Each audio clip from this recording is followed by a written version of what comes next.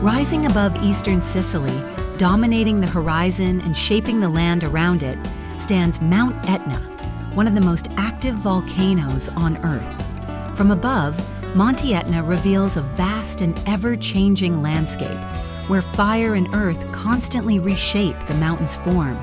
Its slopes stretch endlessly, marked by ancient lava flows that have solidified into dark rivers of stone. Each layer tells the story of past eruptions, moments when the mountain released its inner force into the world.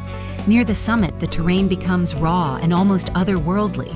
Craters open into the earth, releasing smoke and steam, reminders that beneath the surface, Etna is still alive. The textures are harsh, the colors minimal, black, gray, and deep red tones shaped by heat and time. Yet even here, life finds a way to exist, slowly reclaiming the volcanic ground.